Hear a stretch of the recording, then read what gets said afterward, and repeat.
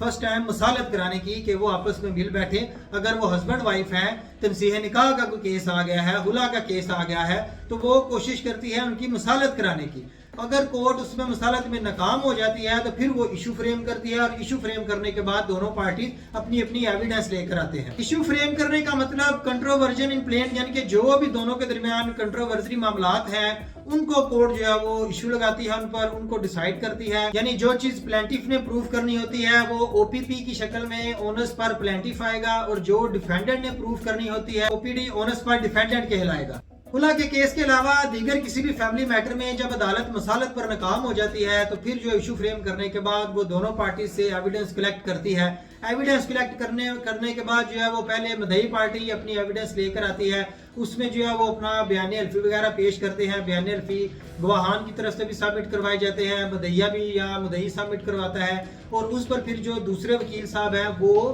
Cross examination کرتے ہیں, اس پر question rise کرتے ہیں. ان بیان الفی اور جو دعویٰ ہے اس پر جو ہے وہ کوشچن پٹ ہوتے ہیں, جن کو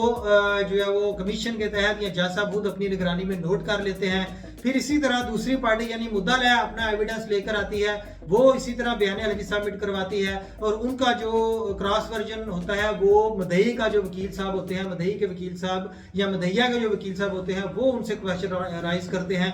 جو بھی دعویٰ یا جواب دعویٰ میں کے مطابق جو کچھ بھی لکھا ہوتا ہے اس پر دونوں پارٹی جو ہے وہ انچیف کرتی ہیں. اسے انچیف کہتے ہیں, کراس ایگزامینیشن بھی اسے بولتے ہیں. تو انچیف ہونے کے بعد جو ہے وہ فائنل آرگومنٹس کی باری آتی ہے. فائنل آرگومنٹ سے پہلے بھی ایک دفعہ جو ہے وہ مصالحت کا موقع دیا جاتا ہے. یہ چیز ذہن میں رکھیے گا کہ کورٹ, فیملی کورٹ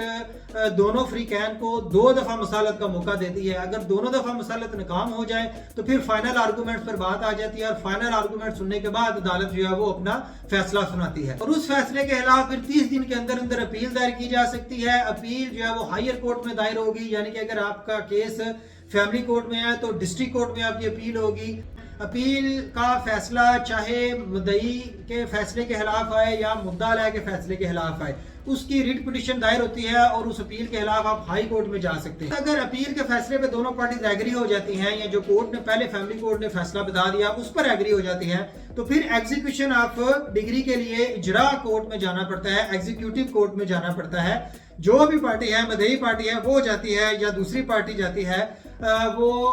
ایک اجرا فارم ساتھ لگاتی ہے اور ایگزیکیوٹیو کورٹ میں اسے سبمٹ کرواتی ہے کہ اب یہ فیملی کورٹ نے جو فیصلہ کر دیا ہے اس پر جو ہے وہ عمل درآمد کروایا جائے. ایگزیکیوٹیو کورٹ نے صرف اور صرف ڈگری پر عمل درآمد کرانا ہوتا ہے, اس کے کنٹینٹس کو وہ جو ہے وہ نہیں چھیڑ سکتی, اس کے کنٹینٹس میں وہ انٹرپریٹ نہیں کر سکتی. اس پر میرا لیکچر موجود ہے, آپ میری ویڈیوز میں یہ لیکچر ملاحظہ کر سکتے ہیں. اگر ڈگری ہولڈر یعنی پلینٹیف مدیون ڈگری یعنی ڈیفینڈنٹ کے خلاف اجرا دائر کرتا ہے اور مدیون ڈگری یعنی ڈیفینڈنٹ عدالت میں نہیں آتا, تو ایگزیکیوٹیو کورٹ اس کے وارنٹ ایشو کر سکتی ہے, اس کے نان ویلیبل وارنٹ بھی جاری ہو سکتے ہیں, اس کی پراپرٹی کے ریگارڈنگ بھی ڈیٹیل حاصل کر سکتی ہے, اور اس کی پراپرٹی کو ضبط بھی کر سکتی ہے, اس پراپرٹی کو نیلام بھی کر سکتی ہے. یعنی ایگزیکیوٹیو کورٹ کے پاس بھی موسٹلی جو ہے وہ فیملی کورٹ جیسے اختیارات موجود ہوتے ہیں, ماں سوائے اس ڈگری کو انٹرپریٹ کرنے کے. پر ڈیفینڈنٹ جو ہے وہ فیملی کورٹ میں اپیئر نہیں ہوتا, 2-3 دفعہ کال کرنے کے بعد وہ نہیں آتا, تو فیملی کورٹ جو ہے وہ ایکس پارٹی ڈگری بھی کر سکتی ہے.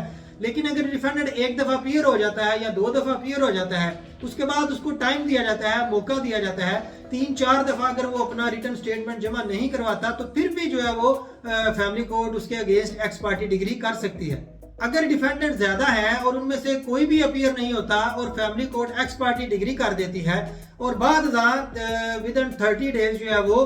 کوئی ایک پارٹی اپیئر ہو جاتی ہے, اگر 5 یا 6 ڈیفینڈنٹ ہیں, 4 ہیں, 3 ہیں, ان میں سے ایک بھی ڈیفینڈنٹ اپیئر ہو جاتا ہے, تو وہ ساری کی ساری ڈگری فیملی کورٹ جو ہے وہ سیٹ اسائڈ کر سکتی ہے. اس مکمل سینیریو پر سپریم کورٹ کی ایک اتھارٹی موجود ہے, 2014 SCMR 1365, کہ اگر کوئی ڈیفینڈنٹ جواب داخل نہیں کرتا یا کوئی پارٹی نہیں آتی تو اس میں پہلے تو اس کا رائٹ اسٹرائک آف کیا جائے گا section 17A family court act کے تحت, اور اس کے بعد ایکس پارٹی ڈگری کرنے کے فیملی کورٹ کے پاس مکمل اختیارات موجود ہیں. امید ہے فیملی کورٹ کے حوالے سے یہ انفارمیشن آپ کو پسند آئی ہوگی. مزید انفارمیٹیو ویڈیوز کے لیے میرے چینل کو لائک کیجیے, سبسکرائب کیجیے, کمنٹس کیجیے, دعاؤں میں یاد رکھیے. اللہ حافظ.